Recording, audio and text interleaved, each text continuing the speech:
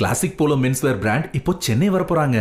Retail franchisee பிசினஸ்ல invest பண்ண இன்ட்ரெஸ்டடா இருக்கிறவங்க கால் பண்ணுங்க 9363393633. மாண்புமிகு பாரத பிரதமர் திரு நரேந்திர மோடி அவர்களுடைய 12 ஆண்டு கால நல்லாட்சியை நிறைவு செய்ததை பாரதிய ஜனதா கட்சி தேசம் முழுக்க அது மக்களுக்கான சேவை, மக்களுக்கான நலத்திட்ட பணிகளை கொண்டு செல்ல வேண்டும் என்று முடிவெடுத்து தமிழகத்திலும் அதை நாங்கள் செயலாற்றி வருகிறோம். தொடர்ந்து பிரதமர் அவர்களுடைய அந்த நல்லாட்சியின் பலனை அனைத்து மக்களும் அனுபவிக்க வேண்டும் என்ற அடிப்படையில் எல்லோருக்கும் நலத்திட்டங்களை கொண்டு போய் சேர்க்க வேண்டும் என்ற நோக்கத்தை பிரச்சாரம் செய்வதோடு இந்த 12 ஆண்டு கால நல்லாட்சியை மகத்துவத்தை போற்றும் விதமாக பாரதிய ஜனதா கட்சியின் சார்பாக ஒவ்வொரு வீடுகளிலும் தன் தாயின் பெயரால் ஒவ்வொரு நபரும் மரத்தை நட வேண்டும், பொதுமக்கள் அதிகமாக இருக்கக்கூடிய பகுதிகளில் துப்புரவு பணிகளை மேற்கொள்ள வேண்டும், இரத்த தானம் உள்ளிட்ட மக்களுக்கான பல்வேறு சேவைகளை செய்ய வேண்டும் என்ற நோக்கத்தை செயல்படுத்தி வருகிறோம். இன்றைக்கு ஊடகங்களை சந்தித்து பாரத பிரதமருடைய நல்லாட்சியில் நடந்த சாதனைகளை விளக்குவதோடு இந்த தேசத்தில் 4400 நாட்களை கடந்து மக்களால் தேர்ந்தெடுக்கப்பட்ட ஒரு பிரதமராக திரு நரேந்திர மோடி அவர்கள் மகத்தான சாதனையை படைத்திருக்கிறார்.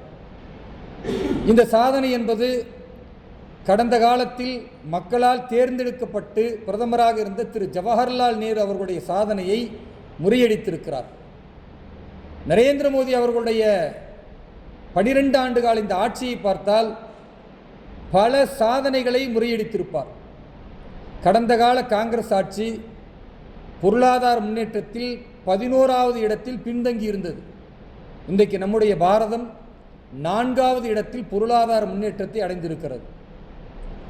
கடந்த கால காங்கிரஸ் ஆட்சி என்பது பெண்களை முக்கியத்துவப்படுத்தாமல் இருந்தது.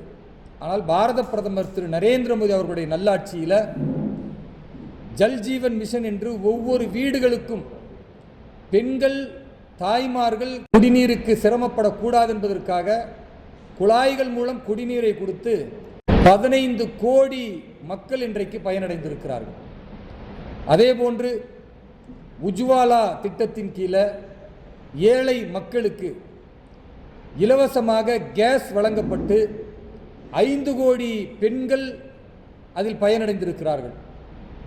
ஒவ்வொரு பெண்ணும் தன் சொந்த காலில் நிற்க வேண்டும் என்ற அடிப்படையில் சுயதொழிலை ஆரம்பிப்பதற்காக முத்ரா வங்கி கடனில் பெண்களுக்கு முக்கியத்துவம் கொடுத்து பாரதத்திலேயே தமிழகம்தான் நம்பர் 1 முத்ரா வங்கி கடனை பெற்று பெண்கள் இன்றைக்கு முன்னேற்றம் அடைந்திருக்கிறார்கள். பெண்கள் வெறும் வீடுகளில் மட்டுமல்ல, ஆட்சி அதிகாரத்திலும் பங்கெடுக்க வேண்டும் என்பதற்காக பாராளுமன்றத்திலும் சட்டமன்றத்திலும் 33% இடஒதுக்கீடு என்பதை பாராளுமன்றத்தில் கொண்டு வந்து அது மகத்தான மக்களின் பாராட்டுதலை இன்றைக்கு பெற்றிருக்கிறது. அதேபோன்று இன்றைக்கு அனைத்து மக்களுக்கும் மருத்துவ வசதி கிடைக்க வேண்டும் என்பதற்காக ஆயுஷ்மான் பாரத் காப்பீடு திட்டத்தில் 55 கோடி மக்கள் இன்றைக்கு பயன்பெற்றிருக்கிறார்கள். ஏழை மக்களாக இருந்தால் கூட அவர்கள் 5 லட்சம் ரூபாய் வரைக்கும் எந்த மருத்துவமனையில் வேண்டுமானாலும் அவர்கள் மருத்துவம் பார்க்கலாம் என்ற வாய்ப்பு இருக்கிறது. அதேபோன்று விவசாயிகளை எடுத்துக்கொண்டால் பிரதான் மந்திரி கிசான் சம்மான் நிதி, அந்த நிதியில் ஒவ்வொரு வருடமும் 6,000 ரூபாய்களை பாரத பிரதமர் விவசாயிகளுக்கு அளித்து கொண்டிருக்கிறார். ஃபசல் பீமா யோஜனா திட்டத்தின் கீழே விவசாய நிலம் புயலால் மழையால் பாதிக்கப்பட்டால் அந்த விவசாயிகள் துவண்டு போய்விடக்கூடாது என்பதற்காக பயிர் காப்பீட்டு திட்டத்தை கொண்டு வந்து இன்றைக்கு விவசாயிகள் பாதுகாப்பாக இருக்காங்க. நாடு முழுக்க விவசாயிகள் தற்கொலை பண்ணி சாகலை. அதே மாதிரி உணவு கிடைக்காமல் பற்றாக்குறையில் கடந்த காலத்தில் பார்த்தா வறுமையில் இறந்தவர்கள், உணவுக்காக இல்லாமல் இறந்தவர்களை பார்க்க முடியும். பாரத பிரதமர் திரு நரேந்திர மோடி அவர்களுடைய நல்லாட்சியில் பிரதான் மந்திரியுடைய கரீப் கல்யாண் அன்ன யோஜனா திட்டத்தின் கீழே ஒவ்வொரு ரேஷன் கடையிலும் அரிசி, பருப்பு உள்ளிட்ட அனைத்தும் ஏழை மக்களுக்கு வழங்குவதனால இன்றைக்கு பசி இல்லாமல் மக்கள் இருக்கிறார்கள். அதே போன்று நீங்கள் பாருங்கள், ஒவ்வொரு மக்களும் அடித்தட்டாக இருக்கக்கூடிய சாதாரண ஒரு சாலைகளில் வியாபாரம் செய்யக்கூடியவர்கள் கூட முன்னேறும் என்பதற்காக பிரதம மந்திரியுடைய சுயநிதி திட்டத்தின் கீழே 10,000 ரூபாயிலிருந்து 50,000 ரூபாய் சாதாரண சாலையில் இருக்கிற கடையோரம் இருக்கிற வியாபாரிகள் இன்றைக்கு முன்னேறி கொண்டிருக்கிறார்கள். இது ஏழை மக்களுக்கான அரசாக மட்டுமல்லாமல் இளைஞர்களுக்கான அரசாகவும் இருக்கிறது. இளைஞர்கள் இன்றைக்கு படித்துவிட்டு அரசு வேலையை மட்டும் எதிர்பார்க்காமல் தன் சொந்த துறையில் முன்னேற வேண்டும் என்பதற்காக ஸ்டார்ட் அப் இந்தியா திட்டம், அதில் இன்றைக்கு இளைஞர்கள் முன்னேறி கொண்டிருக்கிறார்கள். அது மட்டுமல்லாமல் ஒரு தேசம் பாதுகாப்பாக இருந்தால்தான் மக்கள் பாதுகாப்பாக இருக்க முடியும். அப்போ இந்த தேசத்திற்கு எதெல்லாம் பாதுகாப்புக்கு அச்சுறுத்தல் என்றால் நக்சலைட்டுகளுடைய அச்சுறுத்தல். இன்றைக்கு தேசம் முழுக்க ஒரு தேதியை குறிப்பிட்டு ஒட்டுமொத்த மாநிலங்களிலும் நக்சலைட்டுகளை ஒழித்திருக்கிறது மத்திய அரசு. அதே போன்று எங்கு பார்த்தாலும் மதக்கலவரம் என்று அங்கங்கு நடந்த அந்த கலவரங்களை எல்லாம் இந்த 12 ஆண்டுகளில் முற்றிலுமாக ஒழித்து மதக்கலவரம் இல்லாமல் பாதுகாப்பாக அனைத்து மக்களும் அனைத்து மதத்தினரும் வாழக்கூடிய ஒரு தேசமாக பாரத பிரதமர் திரு நரேந்திர மோடி அவர்கள் அவருடைய நல்லாட்சியில் நிலைநிறுத்தி இருக்கிறார். அதே போன்று நீங்கள் பாருங்கள், வெளியிலிருந்து வரக்கூடிய பயங்கரவாதம், அது பாகிஸ்தானிலிருந்து இருக்கட்டும், பங்களாதேஷ் போன்ற நாடுகளில் இருந்து இருக்கட்டும், அந்த பயங்கரவாதம் இன்றைக்கு முடிவுக்கு கொண்டு வரப்பட்டிருக்கிறது. ஒரு நேரத்தில் காங்கிரஸ் ஆட்சியில் நம்முடைய எல்லைக்குள் புகுந்து நம்முடைய இராணுவ வீரர்களை கொன்று உடலை இங்கேயும் தலைகளை ஆக்கிரமிப்பு காஷ்மீரிலும் தொங்கவிட்ட பாகிஸ்தானுடைய தீவிரவாதிகளுக்கு சிம்ம சொப்பனமாக இன்றைக்கு திரு நரேந்திர மோடி அவர்கள் இருக்கிறார். ஒரு சுற்றுலா பயணிகளாக சென்றவர்களை பாகிஸ்தான் தீவிரவாதிகள் மதத்தின் பெயரை கேட்டு கொன்றார்கள். அதற்கு பதிலடியாக யார் கொன்றார்களோ அந்த அத்தனை தீவிரவாத முகாம்களையும் ஆபரேஷன் சிந்தூர் என்கிற பெயரில் அழித்தொழித்து இன்றைக்கு பாகிஸ்தானுக்கு மட்டுமல்ல உலக நாடுகளுக்கு பாரதத்தை தொட்டால் என்ன நடக்கும் என்பதை பதிலடி கொடுத்து காட்டியிருக்கிறார். அது மட்டுமல்லாமல் உலக நாடுகளுக்கு இருக்கிற டிப்ளமேட்டிக் பாலிட்டிக்ஸ், அதே போன்ற ராஜதந்திர உறவுகளில் இன்றைக்கு பாரத பிரதமரை எல்லா நாடுகளும் புகழ்கிறது. அமெரிக்கா உள்ளிட்ட நாடுகள் எல்லாம் கடந்த காலத்தில் பாரதத்தின் மீது ஆளுமை செலுத்திய நிலையில் அமெரிக்கா பல வரிகளை உயர்த்தி பாரத பிரதமருக்கு நெருக்கடி கொடுக்கலாம் என்று நினைத்தாலும் அதை பற்றி அசராமல் ஆத்ம நிர்பர் பாரத், சுயசார்பு இந்தியா என்கிற அடிப்படையில் நம்முடைய தேசத்தில் அத்தனையும் உருவாக்க முடியும் என்ற அந்த நம்பிக்கை விதைத்து அமெரிக்கா இன்றைக்கு கீழே இறங்கி வந்திருக்கிறது. ரஷ்யாவுக்கும் உக்ரைனுக்கும் நடக்கக்கூடிய சண்டை, நம்முடைய தேசத்திலிருந்து சென்ற மருத்துவ மாணவர்கள் உயிருக்கு போராடி கொண்டிருந்த பொழுது ரஷ்யா உக்ரைன் என்று ஒரே நேரத்தில் 2 எதிரி நாடுகளிடத்தில் பேசி 2 நாடுகளையும் ஒரு நாள் போர் நிறுத்தம் செய்ய வைத்து பாரதத்தில் உள்ள மாணவர்களை பாதுகாப்பாக மீட்டது. இதில் பெரிய ஆச்சரியம் என்னென்னா, பாரதத்தின் கொடியை பிடித்து கொண்டு, மூவர்ண கொடியை பிடித்து கொண்டு பாதுகாப்பாக நம் மக்கள் வெளியேறும் பொழுது பாகிஸ்தான் உள்ள மாணவர்களும் பாரதத்தின் தேசிய கொடியை பிடித்து கொண்டு வெளியேறினார்கள் என்றால் நம்முடைய நாடு எந்த அளவிற்கு உலக நாடுகளுக்கு மத்தியில் உயர்ந்திருக்கிறது என்பதை நாம் பார்க்க முடியும். பொருளாதார உயர்வாக இருக்கட்டும், சர்வதேசத்தில் இருக்கக்கூடிய பெட்ரோல் டீசல் தட்டுப்பாடில் இன்றைக்கு அமெரிக்காவை எடுத்துக்கிட்டால் 42% பெட்ரோல் டீசல் விலை உயர்ந்திருக்கிறது. கனடா, பிரான்ஸ் போன்ற ஐரோப்பிய நாடுகளில் 82% பெட்ரோல் டீசல் விலை உயர்ந்திருக்கிறது. ஆனால் பாரத பிரதமர் திரு நரேந்திர மோடி அவருடைய நல்லாட்சியில் அது அத்தனையும் உயரக்கூடாது என்று அரசினுடைய எண்ணெய் நிறுவனங்களுக்கு சொல்லி ஒவ்வொரு நாளும் எண்ணெய் நிறுவனங்கள் தங்களுடைய அந்த விலையேற்றத்தை தடுத்து நிறுத்து ஒவ்வொரு மாதத்துக்கும் 1000 கோடி ரூபாய், இன்றைக்கு 1,00,000 கோடி ரூபாய்கள் கடன் வந்ததின் விளைவாக வெறும் 3% மட்டும்தான் பெட்ரோல் டீசல் விலை உயர்ந்திருக்கிறது. இங்கே இருக்கிற காங்கிரஸ், திமுக, தாவேகா போன்றவர்கள் எல்லாம் பெட்ரோல் டீசல் விலையை உயர்த்தி இருக்கிறார் என்று கடுமையாக எதிர்க்கிறார்களே. உலக நாடுகளுடைய பார்வையை ஒப்பிடும் பொழுது வெறும் 3%. இப்போ எந்த அளவிற்கு ஒரு ஆளுமை இருந்தால், அதே போன்று நீங்கள் பாருங்கள், அமெரிக்காவுக்கும் ஈரான் இஸ்ரேலுக்கும் சண்டை நடக்கும் பொழுது பாதுகாப்பாக நம்முடைய கப்பல்கள் பாரதத்தை நோக்கி கச்சா எண்ணெயை ஏற்றி கொண்டு வந்ததெல்லாம் நம்ம பார்த்து கொண்டே இருந்தோம். இது எந்த நாடுகளுக்கும் நடக்காது. அப்போ ஒரே ஈரான்லையும் பேசி கொண்டு இருக்கக்கூடிய அதே நேரத்தில் துபாயிலையும் பேசி நள்ளிரவை அந்த நல்லிணக்கத்தை ஏற்படுத்துறாங்கன்னா இந்த மாதிரி ஒரு ஏற்றமிகு பாரத பிரதமர் கடந்த காலத்தில் இல்லை என்கிற வரலாற்றை இன்றைக்கு நிரூபித்திருக்கிறார். இப்படிப்பட்ட ஒரு நல்லாட்சி என்பது தொடர வேண்டும் என்று தமிழக மக்கள் விரும்பக்கூடிய காலம் கடிந்திருக்கிறது. பொதுவாக என்ன சொல்லுவாங்கன்னா, பாரதிய ஜனதா கட்சி அது ஒரு வடமாநிலத்து கட்சின்னு. ஆனால் மாண்புமிகு பாரத பிரதமர் தமிழகத்திற்கு செய்த ஒரு மிகப்பெரிய உதவி என்றால் 14 லட்சம் கோடி ரூபாய்களை இந்த 12 ஆண்டுகளில் தமிழகத்திற்கு ஒதுக்கி இருக்கிறார். அதே போன்று இங்கே இருக்கக்கூடிய தமிழ் மொழி, குறிப்பாக திருக்குறளுடைய அந்த தன்மையை உணர்ந்து இன்று உலக மொழிகளில் 12 மொழிகளில் திருக்குறள் மொழிமாற்றம் செய்யப்பட்டிருக்கிறது. அது மட்டுமல்ல, இன்றைக்கு தமிழர்களுடைய பெருங்களை தமிழர்களுடைய பெருமையை நம்முடைய பாராளுமன்றத்தில் செங்கோலை நிறுவியதன் மூலம் உயர்ந்து நிற்கக்கூடிய தமிழனின் பெருமை இருக்கிறது. அதைவிட ஒரு பெருமை இன்றைக்கு சமீபத்தில் நீங்கள் பார்த்திருப்பீங்க, ஆனைமங்கலத்தினுடைய செப்பேடுகள். அது இருந்த நாடு என்பது வேறு ஒரு நாடு. எந்த நாடுங்கிறது? ஆனைமங்கலம் செப்பேடு நெதர்லாந்து. ஆனைமங்கலம் செப்பேடுகள் நெதர்லாந்தில் இருக்கு. பாரத பிரதமர் நெதர்லாந்துக்கு போகிறார். இரு நாடுகளுடைய நட்புணர்வை பேசக்கூடிய அதே நேரத்தில் நம் நாட்டின் பாரம்பரியம், நம் நாட்டின் பண்பாடு, நம் நாட்டின் கலாச்சாரத்தின் அடையாளம், ராஜராஜ சோழனுடைய அற்புதமான தானமளித்த அந்த செப்பேடுகள் நெதர்லாந்தில் இருக்கு என்பதை தெரிந்து கொண்டு அதை பேசி இன்றைக்கு மீட்டு இருக்கிறார் என்றால் தமிழர்களுடைய தொன்மையை பாதுகாப்பதில் பாரத பிரதமர் எந்த அளவிற்கு முக்கியத்துவம் தந்திருக்கிறார். உலக நாடுகளின் ஐநா சபையில் யாதும் ஊரே யாவரும் கேளீர் என்கிற கணியன் பூங்குண்டனாருடைய அந்த வார்த்தையை சொல்லியிருக்கிறார். குஜராத் மாநிலத்தில் பேசும் பொழுது நம் தேசத்தின் மூத்த மொழி தமிழ் மொழி என்று குஜராத் மாநிலத்தில் குஜராத்திகளிடத்தில் பேசுகிறார் என்றால் இதைவிட தமிழகத்திற்கு வேறு என்ன பெருமை வேணும்?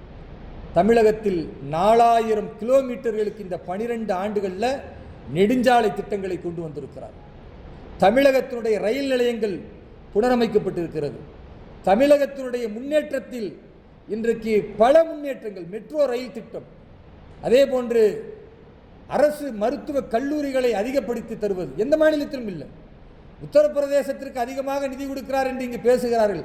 தமிழகத்தில் தான் அதிகபட்ச மருத்துவ கல்லூரிகளை பாரத பிரதமர் துவங்கி இருக்கிறார். இப்படி தமிழர்கள் நலன், தமிழர்களுடைய பண்பாடு, தமிழர்களுடைய உயர்வு அத்தனையும் கருத்தில் கொண்டு கண்ணுங்கருத்துமாக செய்யக்கூடிய மாண்புமிகு பாரத பிரதமருடைய இந்த நல்லாட்சியை தமிழர்கள் நாங்கள் போற்றி புகழ்கிறோம்.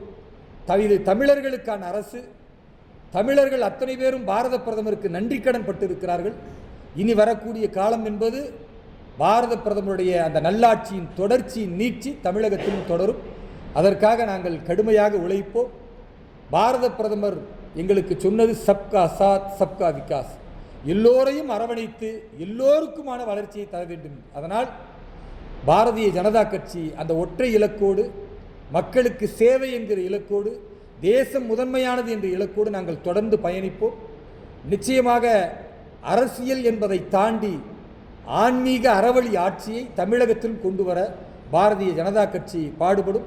மாண்புமிகு பாரத பிரதமர் திரு நரேந்திர மோடி அவர்களுடைய நல்லாட்சியின் சாதனைகளை தமிழகத்தின் ஒவ்வொரு வீடுகளுக்கும் கொண்டு செல்வது பாரதிய ஜனதா கட்சியின் இலக்கு.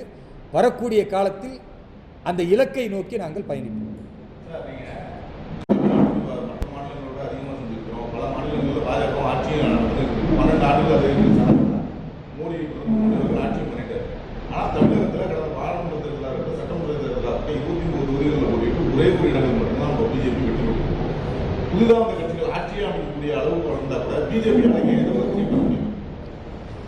பாரதிய ஜனதா கட்சிங்க கவர்ச்சி அரசியலை என்றைக்குமே செய்ததல்ல, அல்லது தனிநபரை முன்னிறுத்தி ஒரு அரசியல் செய்தது கிடையாது.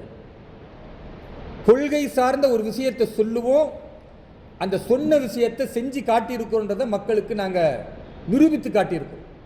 ஆர்டிக்கிள் 370 நம்முடைய மாநிலங்களில் ஒன்றாக இருக்கக்கூடிய காஷ்மீர், அது ஏதோ பாகிஸ்தான் மாதிரியும், இங்கிருந்து போனால் பல்வேறு கட்டுப்பாடுகள், 2 அரசியலமைப்பு, 2 தேசிய கொடி ஒரு நாட்டுக்குள்ள.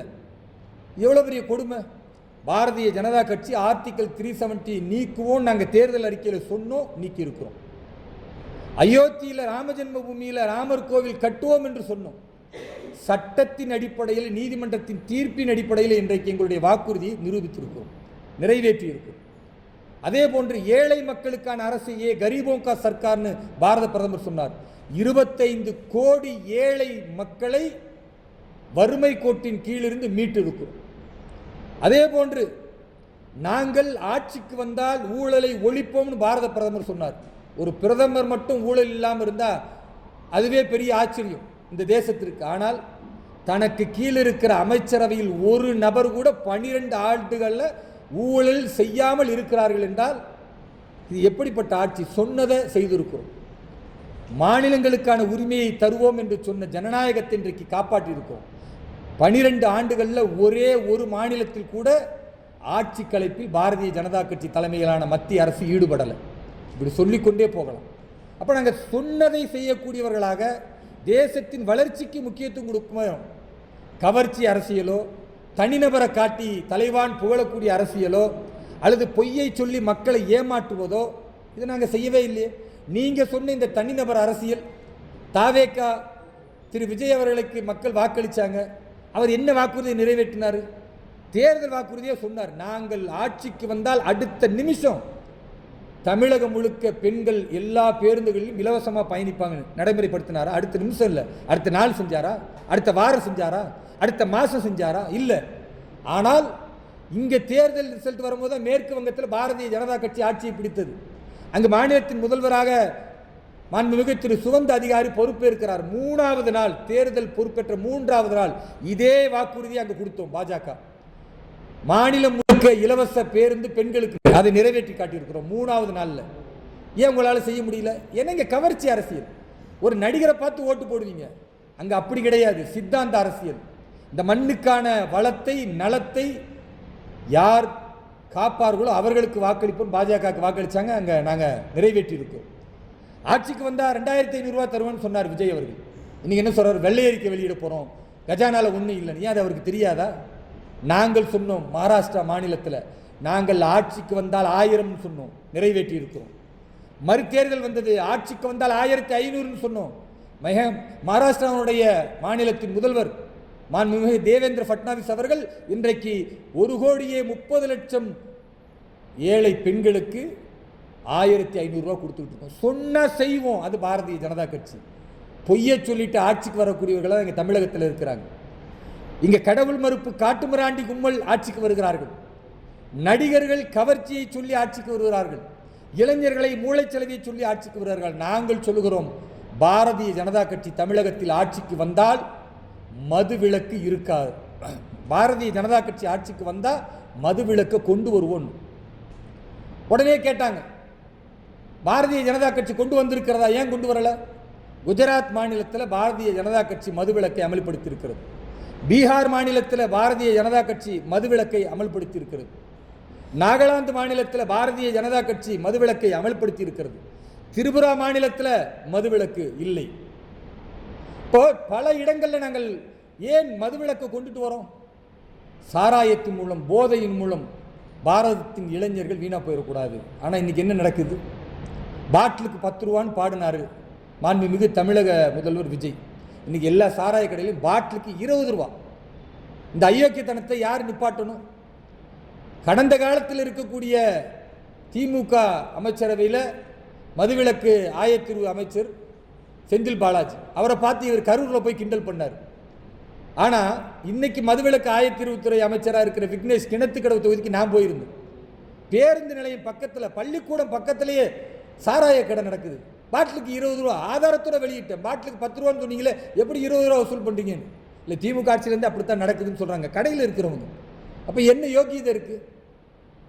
பாரதிய ஜனதா கட்சி தமிழகத்தில் ஆட்சி செய்வது என்பது நாங்கள் கொடுக்கிற வாக்குறுதியை நிறைவேற்றுவோம். ஊழல் இல்லாத ஆட்சி, சாராய கடைகளை ஒழிக்கக்கூடிய ஆட்சி, போதைப் பொருளை ஒழிக்கக்கூடிய ஆட்சி. பாஜக ஆட்சிக்கு வந்தால் பெண்களை, குறிப்பாக பெண் பிள்ளைகளை தொட்டவன் உயிரோடு இருக்க முடியாது என்ற ஆட்சியை கொண்டு வருவோம். உத்தரப்பிரதேசத்தில் நீங்கள் பார்த்துருப்பீங்க. பெண்களை தொட்டா, பொம்பளை பிள்ளைங்களை கற்பழிச்சா அடுத்த நாள் என்கவுண்டரில் தூக்கி வீசிடுவோம். ஆனால் இங்கே அப்படி நடக்குதா? இன்னைக்கு நடக்குதா? தாவேக்கா நிர்வாகி, தாவேக்கா நிர்வாகத்தில் உள்ள ஒரு பெண்ணை கற்பழித்த வழக்கில் கூட அவர்களுக்கு கையும் முறியலை, காலம் முறியலை, மாவு கட்டும் இல்லை. இதுதான் தாவேக்கா ஆட்சி. ஆனால் பாரதிய ஜனதா கட்சி ஆட்சியில் பெண்களை, தாய்மார்களை, எங்கள் குழந்தைகளை தொட்டால் தோட்டாக்கள் பதில் சொல்லும் என்பதுதான் உத்தரப்பிரதேசத்தினுடைய மாண்புமிகு முதல்வர் திரு யோகி ஆதித்யநாத் அவர்களுடைய ஆட்சி. இப்போ நாங்கள் சட்டம் ஒழுங்கிலிருந்து எல்லாத்தையும் சரி செய்ய வேண்டி இருக்கிறது என்றால் சரியான கொள்கை, நேரான பாதை வேண்டும். அது பாஜக நாட்கள் ஆனாலும் வருடங்கள் ஆனாலும் எங்கள் இலக்கில் தெளிவாக இருப்பதனால நிச்சயமாக கொள்கையின் அடிப்படையில் நாங்கள் தமிழகத்தில் ஆட்சி அமைப்போம். தேர்தல் வெற்றி தோல்வி என்பது எங்களுக்கு இலக்கு அல்ல. எங்களுடைய நோக்கம் பாரதத்தை, தமிழகத்தை வளர்ச்சி மிகுந்த இடத்திற்கு கொண்டு செல்ல வேண்டும். அதற்காக பாடுபடுறோமே தவிர இந்த முறை தோத்துட்டோம் இல்லை அந்த முறை ஜெயிச்சிட்டோம் என்பதற்காக, வெற்றி வந்தால் அதிக பூரிப்பும் எங்களிடத்தில் கிடையாது, தோல்வி வந்தால் அதிக கவலையும் எங்கள்கிட்ட கிடையாது. ஏன்னா எங்களுடைய கொள்கை நேஷன் ஃபர்ஸ்ட், தேசம் முதன்மையானது. தேசத்திற்கான சேவையை செய்து கொண்டே இருப்போம். மக்கள் எப்பொழுது எங்களை நம்பி வாக்களிக்கிறார்களோ அந்த நம்பிக்கைக்கு பாத்திரமாக நாங்கள் செயல்படுவோம்.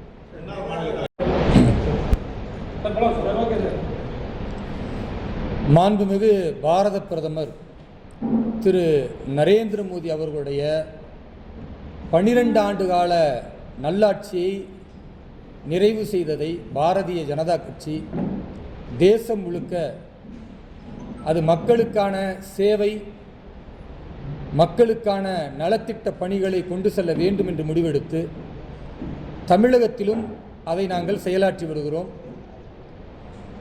தொடர்ந்து பிரதமர் அவர்களுடைய அந்த நல்லாட்சியின் பலனை அனைத்து மக்களும் அனுபவிக்க வேண்டும் என்ற அடிப்படையில் எல்லோருக்கும் நலத்திட்டங்களை கொண்டு போய் சேர்க்க வேண்டும் என்ற நோக்கத்தை பிரச்சாரம் செய்வதோடு இந்த 12 ஆண்டு கால நல்லாட்சியை, மகத்துவத்தை போற்றும் விதமாக பாரதிய ஜனதா கட்சியின் சார்பாக ஒவ்வொரு வீடுகளிலும் தன் தாயின் பெயரால் ஒவ்வொரு நபரும் மரத்தை நட வேண்டும்.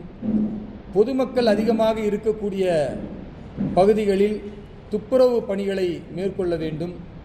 இரத்த தானம் உள்ளிட்ட மக்களுக்கான பல்வேறு சேவைகளை செய்ய வேண்டும் என்ற நோக்கத்தை செயல்படுத்தி வருகிறோம். இன்றைக்கு ஊடகங்களை சந்தித்து பாரத பிரதமருடைய நல்லாட்சியில் நடந்த சாதனைகளை விளக்குவதோடு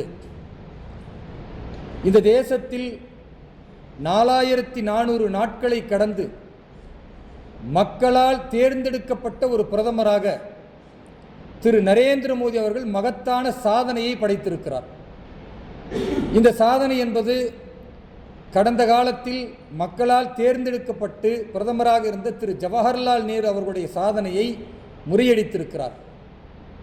நரேந்திர மோடி அவர்களுடைய 12 ஆண்டு கால இந்த ஆட்சியை பார்த்தால் பல சாதனைகளை முறியடித்திருப்பார்.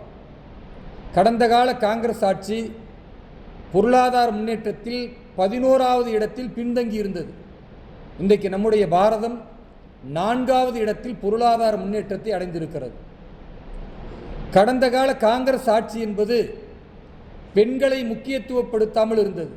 ஆனால் பாரத பிரதமர் திரு நரேந்திர மோடி அவர்களுடைய நல்லாட்சியில் ஜல் ஜீவன் மிஷன் என்று ஒவ்வொரு வீடுகளுக்கும் பெண்கள், தாய்மார்கள் குடிநீருக்கு சிரமப்படக்கூடாது என்பதற்காக குழாய்கள் மூலம் குடிநீரை கொடுத்து 15 கோடி மக்கள் இன்றைக்கு பயனடைந்திருக்கிறார்கள். அதேபோன்று உஜ்வாலா திட்டத்தின் கீழே ஏழை மக்களுக்கு இலவசமாக கேஸ் வழங்கப்பட்டு 5 கோடி பெண்கள் அதில் பயனடைந்திருக்கிறார்கள். ஒவ்வொரு பெண்ணும் தன் சொந்த காலில் நிற்க வேண்டும் என்ற அடிப்படையில் சுயதொழிலை ஆரம்பிப்பதற்காக முத்ரா வங்கி கடனில் பெண்களுக்கு முக்கியத்துவம் கொடுத்து பாரதத்திலேயே தமிழகம்தான் நம்பர் 1 முத்ரா வங்கி கடனை பெற்று பெண்கள் இன்றைக்கு முன்னேற்றம் அடைந்திருக்கிறார்கள். பெண்கள் வெறும் வீடுகளில் மட்டுமல்ல, ஆட்சி அதிகாரத்திலும் பங்கெடுக்க வேண்டும் என்பதற்காக பாராளுமன்றத்திலும் சட்டமன்றத்திலும் 33% இடஒதுக்கீடு என்பதை பாராளுமன்றத்தில் கொண்டு வந்து அது மகத்தான மக்களின் பாராட்டுதலை இன்றைக்கு பெற்றிருக்கிறது. அதேபோன்று இன்றைக்கு அனைத்து மக்களுக்கும் மருத்துவ வசதி கிடைக்க வேண்டும் என்பதற்காக ஆயுஷ்மான் பாரத் காப்பீடு திட்டத்தில் 55 கோடி மக்கள் இன்றைக்கு பயன்பெற்றிருக்கிறார்கள். ஏழை மக்களாக இருந்தால் கூட அவர்கள் 5 லட்சம் ரூபாய் வரைக்கும் எந்த மருத்துவமனையில் வேண்டுமானாலும் அவர்கள் மருத்துவம் பார்க்கலாம் என்ற வாய்ப்பு இருக்கிறது. அதேபோன்று விவசாயிகளை எடுத்துக்கொண்டால் பிரதான் மந்திரி கிசான் சம்மான் நிதி, அந்த நிதியில் ஒவ்வொரு வருடமும் 6,000 ரூபாய்களை பாரத பிரதமர் விவசாயிகளுக்கு அளித்து கொண்டிருக்கிறார். ஃபசல் பீமா யோஜனா திட்டத்தின் கீழே விவசாய நிலம் புயலால் மழையால் பாதிக்கப்பட்டால் அந்த விவசாயிகள் துவண்டு போய்விடக்கூடாது என்பதற்காக பயிர் காப்பீட்டு திட்டத்தை கொண்டு வந்து இன்றைக்கு விவசாயிகள் பாதுகாப்பாக இருக்காங்க. நாடு முழுக்க விவசாயிகள் தற்கொலை பண்ணி சாகலை. அதே மாதிரி உணவு கிடைக்காமல் பற்றாக்குறையில் கடந்த காலத்தில் பார்த்தா வறுமையில் இறந்தவர்கள், உணவுக்காக இல்லாமல் இறந்தவர்களை பார்க்க முடியும். பாரத பிரதமர் திரு நரேந்திர மோடி அவர்களுடைய நல்லாட்சியில் பிரதான் மந்திரியுடைய கரீப் கல்யாண் அன்ன யோஜனா திட்டத்தின் கீழே ஒவ்வொரு ரேஷன் கடையிலும் அரிசி, பருப்பு உள்ளிட்ட அனைத்தும் ஏழை மக்களுக்கு வழங்குவதனால இன்றைக்கு பசி இல்லாமல் மக்கள் இருக்கிறார்கள். அதே போன்று நீங்கள் பாருங்கள், ஒவ்வொரு மக்களும் அடித்தட்டாக இருக்கக்கூடிய சாதாரண ஒரு சாலைகளில் வியாபாரம் செய்யக்கூடியவர்கள் கூட முன்னேறும் என்பதற்காக பிரதமருடைய சுயநிதி திட்டத்தின் கீழே 10,000 ரூபாயிலிருந்து 50,000 ரூபாய் சாதாரண சாலையில் இருக்கிற கடையோரம் இருக்கிற வியாபாரிகள் இன்றைக்கு முன்னேறி கொண்டிருக்கிறார்கள். இது ஏழை மக்களுக்கான அரசாக மட்டுமல்லாமல் இளைஞர்களுக்கான அரசாகவும் இருக்கிறது. இளைஞர்கள் இன்றைக்கு படித்துவிட்டு அரசு வேலையை மட்டும் எதிர்பார்க்காமல் தன் சொந்த துறையில் முன்னேற வேண்டும் என்பதற்காக ஸ்டார்ட் அப் இந்தியா திட்டம், அதில் இன்றைக்கு இளைஞர்கள் முன்னேறி கொண்டிருக்கிறார்கள். அது மட்டுமல்லாமல் ஒரு தேசம் பாதுகாப்பாக இருந்தால்தான் மக்கள் பாதுகாப்பாக இருக்க முடியும். அப்போ இந்த தேசத்திற்கு எதெல்லாம் பாதுகாப்புக்கு அச்சுறுத்தல் என்றால் நக்சலைட்டுகளுடைய அச்சுறுத்தல். இன்றைக்கு தேசம் முழுக்க ஒரு தேதியை குறிப்பிட்டு ஒட்டுமொத்த மாநிலங்களிலும் நக்சலைட்டுகளை ஒழித்திருக்கிறது மத்திய அரசு. அதே போன்று எங்கு பார்த்தாலும் மத கலவரம் என்று அங்கங்கு நடந்த அந்த கலவரங்களை எல்லாம் இந்த 12 ஆண்டுகளில் முற்றிலுமாக ஒழித்து மதக்கலவரம் இல்லாமல் பாதுகாப்பாக அனைத்து மக்களும் அனைத்து மதத்தினரும் வாழக்கூடிய ஒரு தேசமாக பாரத பிரதமர் திரு நரேந்திர மோடி அவர்கள் அவருடைய நல்லாட்சியில் நிலைநிறுத்தி இருக்கிறார். அதே போன்று நீங்கள் பாருங்கள், வெளியிலிருந்து வரக்கூடிய பயங்கரவாதம், அது பாகிஸ்தானிலிருந்து இருக்கட்டும், பங்களாதேஷ் போன்ற நாடுகளில் இருந்து இருக்கட்டும், அந்த பயங்கரவாதம் இன்றைக்கு முடிவுக்கு கொண்டு வரப்பட்டிருக்கிறது. ஒரு நேரத்தில் காங்கிரஸ் ஆட்சியில் நம்முடைய எல்லைக்குள் புகுந்து நம்முடைய இராணுவ வீரர்களை கொன்று உடலை இங்கேயும் தலைகளை ஆக்கிரமிப்பு காஷ்மீரிலும் தொங்கவிட்ட பாகிஸ்தானுடைய தீவிரவாதிகளுக்கு சிம்ம சொப்பனமாக இன்றைக்கு திரு நரேந்திர மோடி அவர்கள் இருக்கிறார். ஒரு சுற்றுலா பயணிகளாக சென்றவர்களை பாகிஸ்தான் தீவிரவாதிகள் மதத்தின் பெயரை கேட்டு கொன்றார்கள். அதற்கு பதிலடியாக யார் கொன்றார்களோ அந்த அத்தனை தீவிரவாத முகாம்களையும் ஆபரேஷன் சிந்தூர் என்கிற பெயரில் அழித்தொழித்து இன்றைக்கு பாகிஸ்தானுக்கு மட்டுமல்ல உலக நாடுகளுக்கு பாரதத்தை தொட்டால் என்ன நடக்கும் என்பதை பதிலடி கொடுத்து காட்டியிருக்கிறார். அது மட்டுமல்லாமல் உலக நாடுகளுக்கு இருக்கிற டிப்ளமேட்டிக் பாலிட்டிக்ஸ், அதே போன்ற ராஜதந்திர உறவுகளில் இன்றைக்கு பாரத பிரதமரை எல்லா நாடுகளும் புகழ்கிறது. அமெரிக்கா உள்ளிட்ட நாடுகள் எல்லாம் கடந்த காலத்தில் பாரதத்தின் மீது ஆளுமை செலுத்திய நிலையில் அமெரிக்கா பல வரிகளை உயர்த்தி பாரத பிரதமருக்கு நெருக்கடி கொடுக்கலாம் என்று நினைத்தாலும் அதை பற்றி அசராமல் ஆத்ம நிர்பர் பாரத், சுயசார்பு இந்தியா என்கிற அடிப்படையில் நம்முடைய தேசத்தில் அத்தனையும் உருவாக்க முடியும் என்ற அந்த நம்பிக்கை விதைத்து அமெரிக்கா இன்றைக்கு கீழே இறங்கி வந்திருக்கிறது.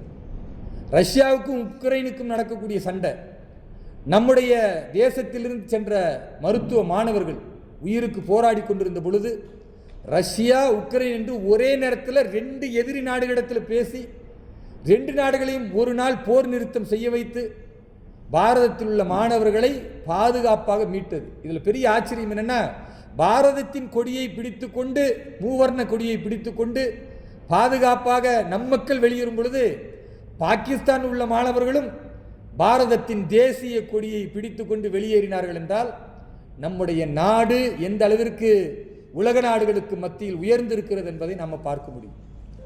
தற்போது பாஜக முக்கிய பாஜக நிர்வாகிகள் சிலர் அவருடன் சென்றிருக்கிறார்கள். இது பாஜகவுக்கு தமிழக அளவில் பாதிப்பு. பாரதிய ஜனதா கட்சிங்க திமுக, அதிமுக, காங்கிரஸ், கம்யூனிஸ்ட் மாதிரி கிடையாதுங்க. இந்த பார்ட்டியை சொல்லும் பொழுது பார்ட்டி வித் டிஃப்ரெண்ட் அப்படிதான் சொல்லுவாங்க. தனித்துவமான பார்ட்டி. ஏன் இப்போ நீங்கள் திமுகவில், காங்கிரஸில், கம்யூனிஸ்டில், இன்னும் பிற கட்சிகள்லாம் போய் கேளுங்க, நீ எதுக்காகப்பா இந்த கட்சியில் வந்த அப்படின்னா எல்லாரும் சொல்லுவாங்க ஒரு எம்எல்ஏ சீட் வேணும், ஒரு எம்பி சீட் வேணும், இல்லை ஒரு கவுன்சிலர் சீட் வேணும், ஒரு வார்டு மெம்பராவது ஜெயிக்கணும் அப்படின்னு. பாரதிய ஜனதா கட்சியில் கேட்டால் என்ன சொல்லுவாங்க? ஏன் இந்த கட்சியில் சேர்ந்தீங்க? நேஷன் ஃபர்ஸ்ட், என்னுடைய தேசத்தை பாதுகாக்க வேண்டும், என் தேசத்திற்காக முன்னேற்றத்திற்காக நான் என்ன செய்ய முடியும், நான் என் தேசத்திற்கு செய்யக்கூடிய சேவைக்காகத்தான் இந்த கட்சியில் சேர்ந்திருக்கேன்னுவாங்க. அப்படிப்பட்ட கட்சியின் கொள்கைகளை புரியாத ஒரு சிலர், அது அண்ணாமலை அவர்களாக இருக்கட்டும், அண்ணாமலை அவர்கள் பின்னால் போகிற ஆட்டு மந்தைகளாக இருக்கட்டும், அவர்களுக்கு இந்த கொள்கை புரியலை, கோட்பாடு புரியலை. அதே தமிழகத்தின் தனிநபர் கவர்ச்சி, மீடியாக்களில் சரளமாக பேசிட்டா, எதிர்கட்சிகளை கடுமையாக தாக்கிட்டா அதுவே போதுமானது அப்படின்னு நினைக்கிறாங்க. அப்படி நினைக்கக்கூடியவர்கள் போயிருக்கிறார்கள். பாஜகவிற்கு எந்த இழப்பும் கிடையாது. நாங்கள் சித்தாந்தத்தின் அடிப்படையில் பாரதத்தின் வலிமையை இன்னும் மேம்படுத்த நாங்கள் என்ன சேவை செய்ய போகிறோம் என்ற அடிப்படையில் உழைக்கக்கூடியவர்கள். அப்படிப்பட்டவர்கள் இங்கு தொடர்ந்து இருக்கிறார்கள். வந்தவங்க போவாங்க. நீங்கள் சொன்ன மாதிரி மரியாதைக்குரிய விஜயதாரணி சகோதரி வந்தாங்க, போயிட்டாங்க. அண்ணாமலை அவர் கூட வந்தார், மறுபடி போயிட்டார். அதே மாதிரி பல பேர் வந்தவர்கள் போயிருக்கிறார்கள். சித்தாந்தத்தை பேசியவர்கள் யாரும் சென்றிருக்க மாட்டார்கள், செல்ல முடியாது. சென்றாலும் திரும்பி வந்துடுவாங்க. ஏன்? அது உருத்தம்ல. கடந்த காலத்தில் அப்படி தான் நீங்கள் பார்த்துருப்பீங்க.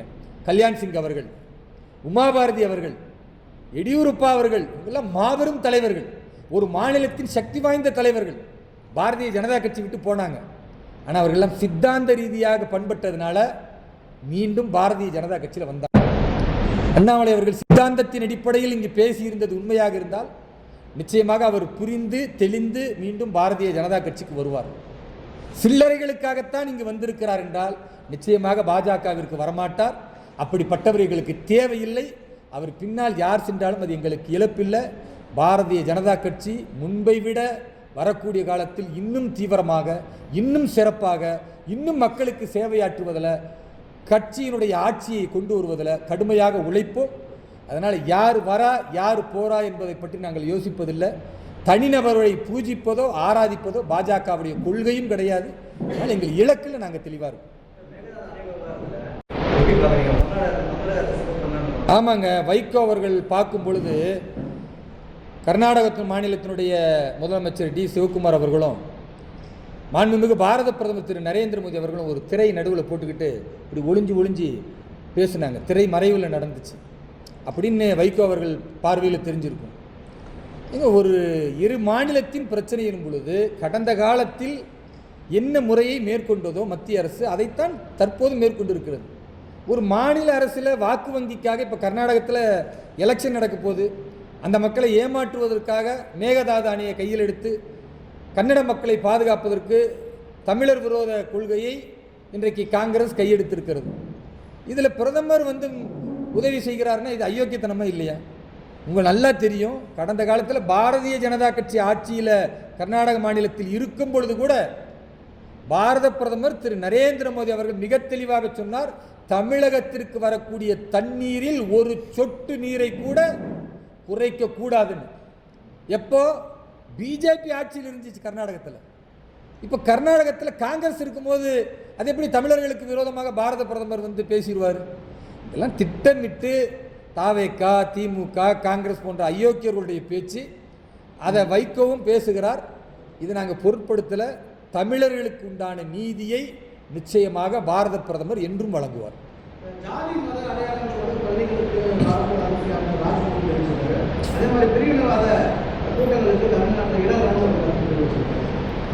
கடந்த காலத்தில் திமுக எதையெல்லாம் பேசியதோ அதை ஸ்டிக்கர் ஒட்டி இன்றைக்கு தாவேகா பேசி கொண்டிருக்கிறது.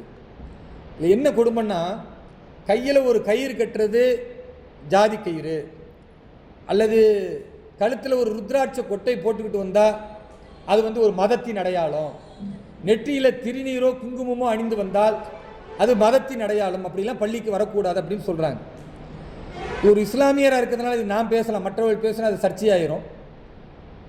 பள்ளிக்கூடங்களுக்கு போகக்கூடிய இஸ்லாமிய மாணவிகள் புர்கா என்று சொல்லக்கூடிய அந்த கருப்பு உடையை அணிந்து கொண்டு செல்கிறார்கள். அரசு பள்ளியில் போகக்கூடிய அந்த அனுமதியை தமிழக அரசு எவ்வாறு வழங்குது? அது மத அடையாளமா இல்லையா? இதை சொன்னதுமே பார்த்தீங்களா, பிஜேபியில் ஒரு முஸ்லீம் இப்படி தான் பேசுவார்னு. நான் கேட்பது, அரசியல் அமைப்பு எல்லோருக்குமான மத சுதந்திரத்தை தந்திருக்கிறது. ஆனால் ஒரு சட்டம் இருக்கு, பள்ளி வளாகத்திற்குள் செல்லும் பொழுது மத அடையாளங்கள் இருக்கக்கூடாதுன்னு. அப்போ ஒரு ஹிந்துவாக இருக்கிற மாணவரோ மாணவியோ திருநீர் அணியக்கூடாது, குங்குமம் வைக்கக்கூடாது, ருத்ராட்ச கொட்டையை அணியக்கூடாது, அவர்கள் பக்தியின் அடிப்படையில் அணியக்கூடிய ஒரு கயிறு அணிஞ்சா அதை நீங்கள் அனுமதிக்க மாட்டீங்கன்னா, அது எப்படி இஸ்லாமிய நம்பிக்கையின் அடிப்படையில் இருக்கிற புர்காவை அனுமதிப்பீங்கன்னு கேட்டால் இது மத துவேஷமான கிடையாது, இதுதான் சட்டம். இப்போ பாரதிய ஜனதா கட்சி எல்லா மதங்களையும் மதிக்கிறது, ஆனால் சட்டத்தின் அடிப்படையில் ஆட்சி செய்ய வேண்டும் என்று நாங்கள் சொல்கிறோம். ராஜ்மோகன் அவர்கள் அமைச்சராக இருக்கக்கூடியவர் ஹிந்து மத நம்பிக்கை மட்டும் அளிக்க வேண்டும் என்று யோசிக்கிறாரா, அல்லது எல்லா மதங்களுக்கும் ஒரே பார்வையை பார்க்கிறாரா என்பதுதான் எங்களுடைய கேள்வி. ஏன்னா திமுக கடந்த காலத்தில் கடந்த 2-3 வருடமாக திருப்பரங்குன்றத்துடைய தீபத்தூண் விஷயத்தில் இந்துக்களுடைய மனதை எப்படி புண்படுத்தியதோ, இந்துக்களுடைய உரிமையை எப்படி நாசமாக்கியதோ அதைத்தான் நாங்களும் செய்வோம். கடந்த 2 வருஷத்துக்கு முன்னால் என்ன நடைமுறையோ அதை நாங்கள் திரும்பவும் செய்வோம்னு இன்றைக்கு மதுரையில் இருக்கிற அமைச்சர் பேசுகிறார் நிர்மல்குமார். நாங்கள் என்ன கேட்குறோம், 2 வருஷத்துக்கு முன்னால் தான் இந்துக்களுடைய பண்பாடா? 2 வருஷத்துக்கு முன்னால் தான் இந்துக்களுடைய அந்த கலாச்சார நிகழ்வுகளை நீங்கள் முடிவு செய்வீங்களா? 2000 ஆண்டுகளாக சொல்ல வேண்டுமா, சனாதன தர்மம் என்பது காலம் காலமாக பின்பற்றக்கூடிய ஒரு தர்மத்தின் வெளிப்பாடா? ஒரு ஜோதியை ஏற்றுவது என்பது எல்லா மதத்திலும் உள்ள நம்பிக்கை தானே, யார் தடுத்தா? அப்போ இந்துக்களுடைய நம்பிக்கையை மட்டுமல்ல, சனாதன தர்மத்தை, பண்பாட்டை, கலாச்சாரத்தை அழிக்கிறத திமுக செஞ்சிச்சுன்னா அதை நாங்களும் செய்வோன்னு அமைச்சர் நிர்மல்குமார் அவர்கள் பேசுகிறார். இன்றைக்கு அதே மாதிரி அமைச்சர் ராஜ்மோகன் பேசுகிறார் என்றால், நீங்கள் திமுகவுடைய கைக்கூலியாக பினாமியாக அதே கொள்கையை சொல்வீர்கள் என்றால் அப்புறம் என்னத்தை மாற்றம் கொண்டு வரேன்னு சொன்னீங்க? மக்களுக்கு ஏமாற்றத்தை கொண்டு வருகிறீர்கள். எங்களை பொறுத்தவரை எல்லா மதத்தையும் ஒரே பார்வையாக பாருங்கள், எல்லா விஷயங்களையும் சட்டத்தின் அடிப்படையில் செய்ய வேண்டுமே தவிர சட்டத்திற்கு புறம்பாக விதிவிலக்காக நீங்கள் செய்தால் பாரதிய ஜனதா கட்சி அதை கடுமையாக எதிர்க்கும். ஊடகத்தில் அனைவர்களுக்கும் வந்ததுக்கு நன்றிங்க.